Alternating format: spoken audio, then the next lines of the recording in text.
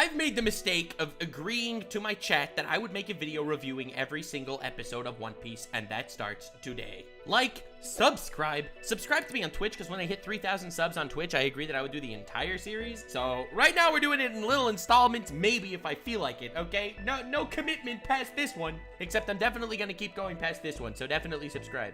Episode 1, Luffy pops out of a barrel and beats the crap out of Nikocado Avocado. Amazing start to a series. You see how goofy it is, 8 out of 10. Episode 2, we see Zoro's freaking tied to a cross like Jesus in a slightly less gory, Jesus-y way. There's no wonder the fandom is so toxic and in love with him. 7 out of 10. Episode 3, Zoro holds a sword in his mouth. More swords equals better fighter. The logic is sound. Anime logic rules. 7.5 out of 10. Episode 4, the Shanks backstory. I don't care that he lost his arm. It was extremely touching, and now he's back. 1,050 chapters later, he's back, bro. God, I can't believe I rewatched the entire One Piece just for this. I can't believe I did this. I can't believe I lost a bet. I can't believe this. This video's never gonna end. 8 out of 10. Episode 5, introduced to Buggy D-Clown, one of the greatest villains in the history of anime. Unfortunately, however, I didn't like him in the first episode he was introduced. He becomes one of the greatest characters ever, but 6 out of 10 for me, dog. Episode 6, Luffy punches a furry. I would say it's like a 6 out of 10, but he punches a furry, and I would punch furries, so 7 out of 10. Episode 7, it's pretty badass. Zoro manages to kick another crony's butt, but is not a furry. 6.5. Episode 8, Luffy Cannonballs Buggy. I love it. We are never going to see Buggy again. God damn, what a way to do away with a very one and done villain that will never be reintroduced to the story. That is really exciting. 7 out of 10. Episode 9, the introduction of Usopp and the weakest arc of One Piece, and I can say that with certainty. I rewatched the entire One Piece for this video. Usopp is insanely annoying for the person that becomes my favorite character during the Enies Lobby arc. 5 out of 10. Episode 10, we have this dude named Django based off Michael Jackson. 6 out of 10. One Piece is funny, but goddamn, this episode is rough. Episode 11, the gang is gathering together. It's like the Avengers, except they're going up against a villain even more PP bad than Ultron. 6 out of 10. Man, I love that fights in One Piece, like in episode 12, are completely based on strategy. Yeah, we're gonna take barrels with oil, and then it just devolves into who punches each other hardest, which is extremely based and very American. 7 out of 10. Episode 13, introducing the weakest main villain of any arc in the history of Shonen, aside from Fairy Tail, because they have real whack jobs. Kuro is insanely sad. Man, I'm glad he didn't come back like Buggy. 5 out of 10. Episode 14. You know, Usopp's backstory is really wholesome. It's about a liar that wants to have sex with a princess, and I think that that is very relatable. 6.5 out of 10. Episode 15. Kuro has nails on his gloves, which doesn't make any sense according to physics, but it doesn't matter, this is One Piece. And he has to make sure he doesn't cut his own face off when he adjusts his glasses, so he uses the palm of his hand to pick up his glasses in the cringiest way ever. God, I hate this guy. 5 out of 10, Kuro's insufferable. I didn't remember how annoying he was. Episode 16, Luffy kicks Kuro's butt. Do you know what I like about annoying villains? When they are defeated. 7 out of 10, very cool. Episode 17, Usopp joins the crew. He is going to make a fine addition because I like all the things that he accomplishes throughout the show. I've noticed that Usopp successfully doesn't do much of anything during the last 1,050 episodes of One Piece. That'll change eventually, but I still love him. I might name my firstborn Usopp. 6 out of 10. Episode 18, you got this dude stuck in a treasure chest with freaking green hair with feet come. Oh, 7 out of 10. Nice feet. Episode 19. Man, I really love how Zoro has this crush on a woman, which is what shapes his entire life. Totally not like what would happen to literally anyone that would actually meet a woman at some point. Sorry, chat. One day a woman will tolerate you guys, I swear. Don't give up. 7 out of 10 was very touching. Episode 20, the introduction of Sanji, where he kicks the face of a douchebag. He brings in the wrong wine. It's one of my favorite wacky maneuvers introductions of all time. Sanji turns this man into an idiot sandwich and it's beautiful. 8 out of 10. Episode 21, Sanji's philosophy, bro. He has the strongest introduction of any of the Straw Hat Pirates in the East Blue Saga. By far. Sheesh. He will give food to people that are assholes because food is like nutritious and stuff, which makes a lot of sense to me. 7.5. Episode 22, Don Krieg Kicks Booty. Don Krieg is a lame villain. I'm not gonna lie. I remembered him to be cooler than he was. Going back, he's just kind of there. He has a lot of guys behind him. He's like every single Wall Street guy. People out there trying to suck his dick, and he's just not very impressive all on his own. 7 out of 10. Episode 23, the introduction of Mihawk. This is so badass. He just floats in here on his teeny little boat. He slices a massive ship in that 9 out of 10 episode. Brilliant introduction to a character. Oh my god. If I talk about the last time my jaw dropped that hard, we'd have to get into my daddy issues, and we don't want to talk about that today. Episode 24, Zoro will never lose another fight. He pledges to his captain. It is an emotional moment. It's amazing. It's character focused. Zoro is such a cool character. I'm so happy I'm finally working on the No One Understands Zoro video that I promised you like 5 years ago. 9 out of 10. Episode 25. Sanji is extraordinarily based as always. 7.5 out of 10. Episode 26. Sanji backstory gets you ready for some One Piece backstories. You thought Kuina falling down the stairs was something? Bro. People out there with foot fetishes crying right now. Him and Zeph bonding on that little rock to chop his own foot off to eat. Sheesh, baby. Now that is some One Piece tier backstories, and One Piece deserves all the love it gets for its character crafting. 8 out of 10. Episode 27. I love watching Luffy butt heads with his crew. He doesn't think the same way as them. They are not exactly on the same page. They are not of the same ideals. However, they bond and grow together. That is a healthy friendship, and it's something that you see time and time again in One Piece. It's a beautiful, beautiful theme. 8 out of 10. Episode 28. Luffy punches through the spiky shield and smashes Don Krieg in the face. Oh my god, that's extremely badass. That was like me driving over the spike strip after shoplifting Walmart. It's so relatable and dope. 7.5 out of 10. Episode 29, Luffy finally beats the big bad. We saw it coming. It was not that epic, but it was pretty cool. 7 out of 10. The previous episode where he showed his resolve, in my opinion, was better than the actual climax of the fight. Episode 30, Sanji apologizes to the Baratie for leaving and becoming a pirate. This is the flourishing growth of our boy. 7.5 out of 10. Episode 31, welcome to Arlong Park. The part that got me hooked on One Piece on my first watch through, and it's just as good this time. First couple episodes are a tad slow, but when we get into the meat, bro, I will not stop beating it. 7 out of 10. Episode 32. Wow, Nami is such an asshole. 7 out of 10. Episode 33. Wow! Nami is such an asshole! Oh my god! 7 out of 10. Episode 34. Wow. Nami is a queen that needs to be cherished and protected forever. What a fantastic character. Holy crap. 7.5 out of 10. Episode 35. Oh! Nami is so cool, and I am so sad for her. I just can't put it into words. Oh, this tragic stuff. Anyway, at least she has this really cool mother figure. That's really wonderful and not relatable at all. 7 out of 10. Rip the mother figure, episode 36. Rest in peace. You will remain in our memories.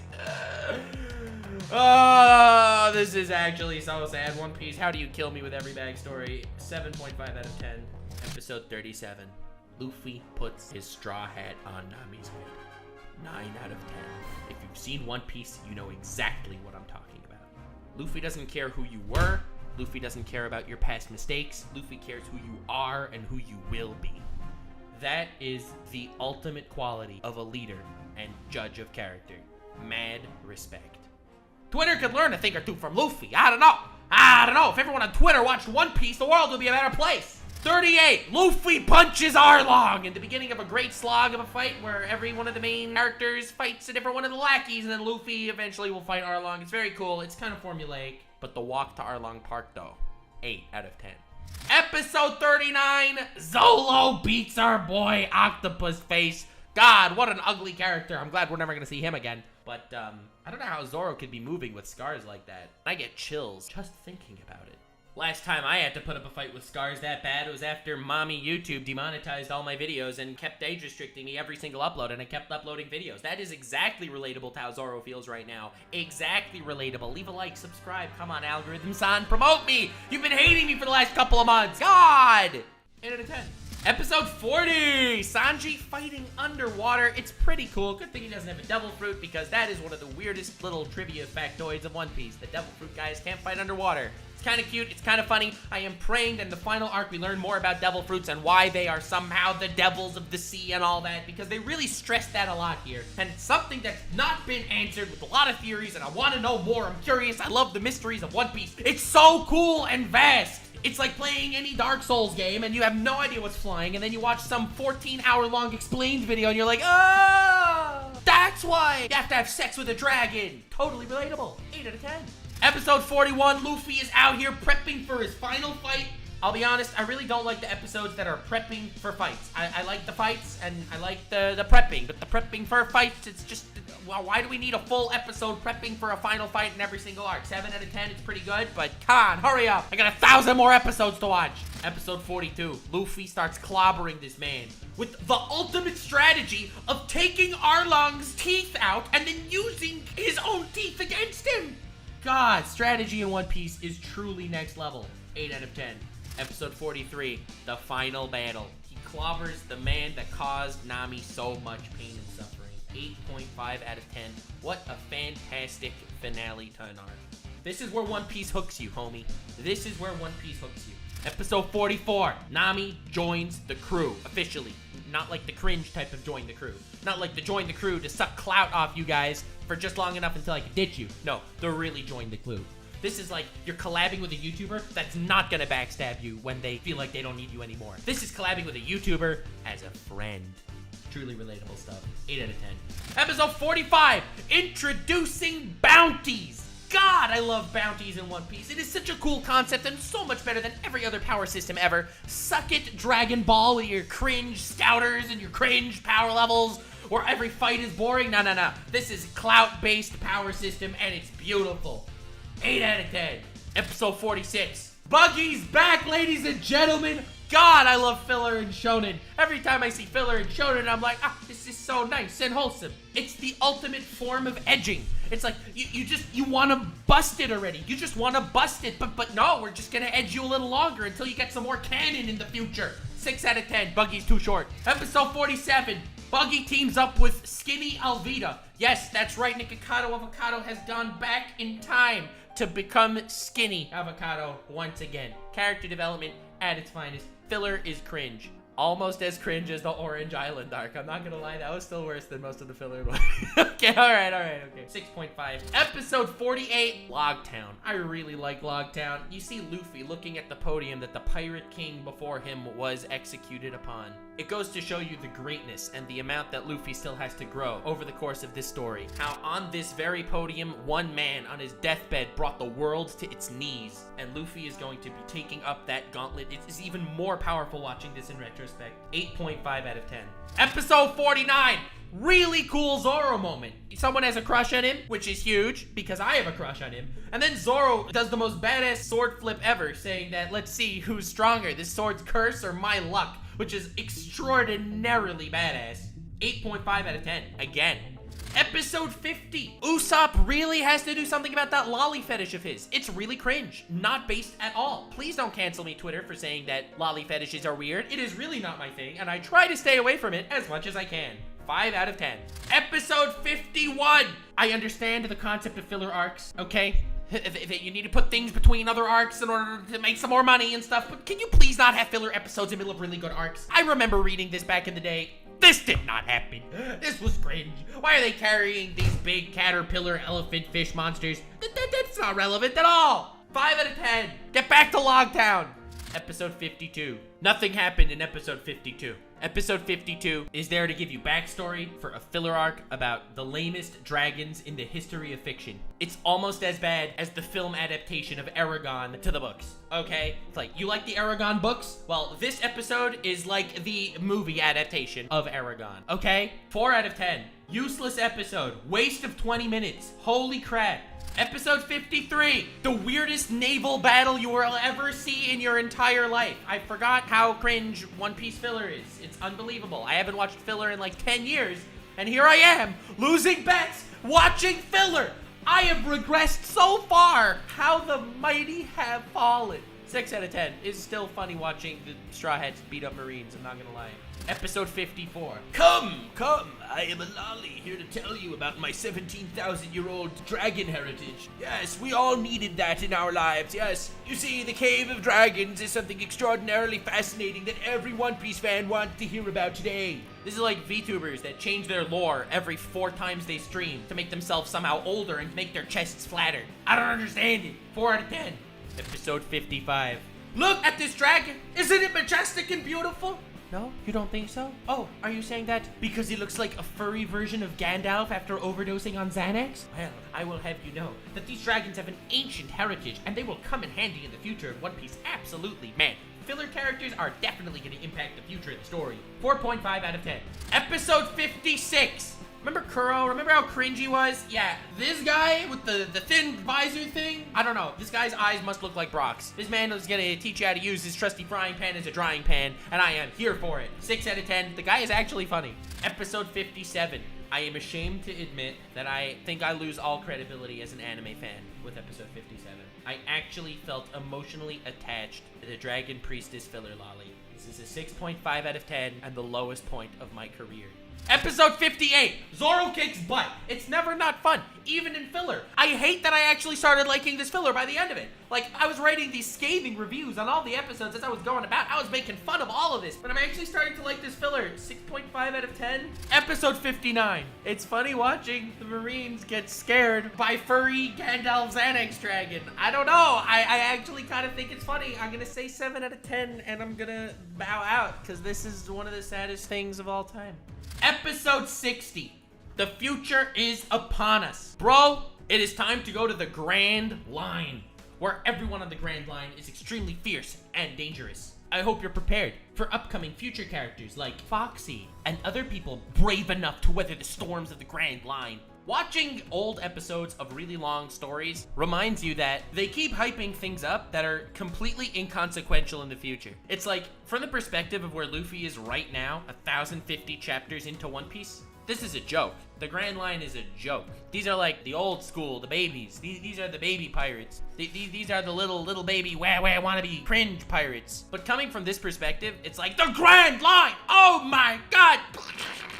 And I know you could say that just goes to show how far these characters have grown, but that's really not the impression it gives. It wants you to think that we are heading into the big leagues. And they keep wanting to give you the impression that the next leagues are gonna be the real big leagues. To an extent, I think that's what life is all about. It's like, when you're going from middle school to high school, you feel like you're entering a new era. These are the big boys. And then going from there to college, it's the same thing all over again. It's really cool having grown up with these characters over the last 20 years reading this story. It's amazing watching them so excited to go to a place that is so young and pure compared to the darkness that we've seen ever since that point. I don't know. Sorry this episode review was a little longer and not as comedic. I just find it really cool to having grown up with these characters start their journey. 7.5 out of 10. Episode 61. They are going up a waterfall? They're going up a waterfall. How are they? They're swimming over a mountain in a boat. The One Piece world is so cool. And every single time you get these little teeny One Piece tidbits, it makes me so happy to see how alive this world is. You know, they could have just said, to get to the Grand Line, all you have to do is go there. It's an island over here. You just swim right past there. You turn left at the Dragon Lolly and you keep going. But no, One Piece is like, you know what? They're gonna climb a waterfall in a boat. Yeah, reverse mountain. It's a mountain where the waterfall goes upwards. I love One Piece world so much. It feels so much more alive because there's breath in every single bit of it. 8 out of 10. Episode 62. Ha! Look at this whale. Laboon. Big whale with scars on his face from bumping into a rock. What an idiot. This character's never gonna be reintroduced in the story in an extremely emotional way that's gonna make every single viewer cry. 7.5 out of 10. It's a whale. It's just a whale.